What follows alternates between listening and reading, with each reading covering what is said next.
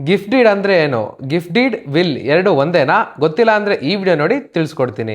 Gift deed ಮಾಡೋದು ಕೂಡ ಒಂದು ರಿಜಿಸ್ಟ್ರೇಷನ್ ಪ್ರೋಸೆಸ್ ಆಗಿರುತ್ತೆ. ಗಿಫ್ಟ್ ಡೀಡ್ ನ ಮೇನ್ ಆಗಿ ಉಪಯೋಗಿಸೋದು ಫ್ಯಾಮಿಲಿ ಒಳಗಡೆ ತನ್ನ ಆಸ್ತಿಯನ್ನು ಟ್ರಾನ್ಸ್ಫರ್ ಮಾಡ್ಬೇಕಾರೆ. ಫಾರ್ ಎಕ್ಸಾಂಪಲ್, ಒಬ್ಬ ವ್ಯಕ್ತಿ ಇರ್ತಾನೆ, ಅವನು ತಮ್ಮ ಅಕ್ಕ ತಂಗಿದ್ದಿರಿಗೆ, ಅಣ್ಣ ತಮ್ಮಂದಿರಿಗೆ, ಅಪ್ಪ ಅಮ್ಮನಿಗೆ, ಹೆಂಡತಿಗೆ, ಮಕ್ಳಿಗೆ, ಮೊಮ್ಮಕ್ಳಿಗೆಲ್ಲ ಟ್ರಾನ್ಸ್ಫರ್ ಮಾಡಬಹುದು. ಹೇಳ್ಬೇಕು ಅಂತ ಅಂದ್ರೆ 8,000 ರಿಂದ 10,000 ರೂಪಾಯಿ ಒಳಗಡೆ ಕಂಪ್ಲೀಟ್ ರಿಜಿಸ್ಟ್ರೇಷನ್ ಪ್ರೋಸೆಸ್ ಮುಗ್ದೋಗಿರುತ್ತೆ. ಗಿಫ್ಟ್ ಡೀಡ್ಗೂ ಮತ್ತೆ ವಿಲ್ಗೂ ಇರೋ ಡಿಫರೆನ್ಸ್ ಏನು ಅಂತ ಅಂದ್ರೆ, ಒಬ್ಬ ವ್ಯಕ್ತಿ ಇರ್ತಾನೆ, ಅವನು ತನ್ನ ಆಸ್ತಿಯನ್ನು ಸತ್ ಮೇಲೆ ತನ್ನ ಮಗನಿಗೆ ಟ್ರಾನ್ಸ್ಫರ್ ಮಾಡ್ಬೇಕಂತ ಇರ್ತಾನೆ. ಆದ್ರೆ ಅದಕ್ಕೆ ಷರತ್ ಹಾಕ್ಬೇಕು ಅಂತ ಅಂದ್ರೆ ಅವನು ಅದನ್ನ ವಿಲ್ಲೇ ಮಾಡಿಸ್ಬೇಕು. ಗಿಫ್ಟ್ ಡೀಡ್ ಮಾಡಿಸಿದ್ರೆ ಅದು ಷರತ್ ಹಾಕಕ್ ಆಗಲ್ಲ. ನನ್ನ ಆಸ್ತಿಯನ್ನು ನಾನು ಸತ್ತ ಮೇಲೆ ನನ್ನ ಮಗನಿಗೆ ಹೋಗ್ಬೇಕು, ಆದ್ರೆ ನನ್ನ ಹೆಂಡತಿ ಬದುಕಿರೋ ತನಕ ಅದರಿಂದ ಬರೋ ಬಾಡಿಗೆ ಎಲ್ಲ ನನ್ನ ಹೆಂಡತಿಗೆ ಹೋಗ್ಬೇಕು, ಬಂದಾದ್ಮೇಲೆ ಕಂಪ್ಲೀಟ್ ಆಗಿ ಇವನ ಹೆಸರು ಟ್ರಾನ್ಸ್ಫರ್ ಮಾಡಬಹುದು ಅಂತ ಒಂದು ಷರತ್ ಹಾಕ್ಬೋದು. ನೀವು ಗಿಫ್ಟ್ ಡೀಡ್ ಮಾಡಿಸಿದ್ರೆ ಆ ಆಸ್ತಿಯ ಇಮಿಡಿಯೇಟ್ ಓನರ್ ತನ್ನ ಮಗ ಆಗುತ್ತಾನೆ. ಅದಕ್ಕೆ ಯಾವ್ದೇ ರೀತಿಯ ಷರತ್ ಹಾಕ್ಲಿಕ್ಕೆ ಆಗಲ್ಲ. ನಿಮ್ಗೆ ವಿಲ್ ಬಗ್ಗೆ ಜಾಸ್ತಿ ಇನ್ಫಾರ್ಮೇಶನ್ ಬೇಕಾದಲ್ಲಿ ವಿಲ್ ಅಂತ ಕಮೆಂಟ್ ಮಾಡಿ, ನಾನು ನಿಮ್ಗೆ ನೆಕ್ಸ್ಟ್ ವಿಡಿಯೋದಲ್ಲಿ ತಿಳಿಸ್ಕೊಡ್ತೀನಿ. ಈ ವಿಡಿಯೋ ಇಷ್ಟ ಆಗಿದೆ ಲೈಕ್ ಮಾಡಿ, ಶೇರ್ ಮಾಡಿ, ಹಾಗೆ ನನ್ನ ಪೇಜ್ ಹರೀಶ್ ಪಾರ್ಥ ಫಾಲೋ ಮಾಡಿ.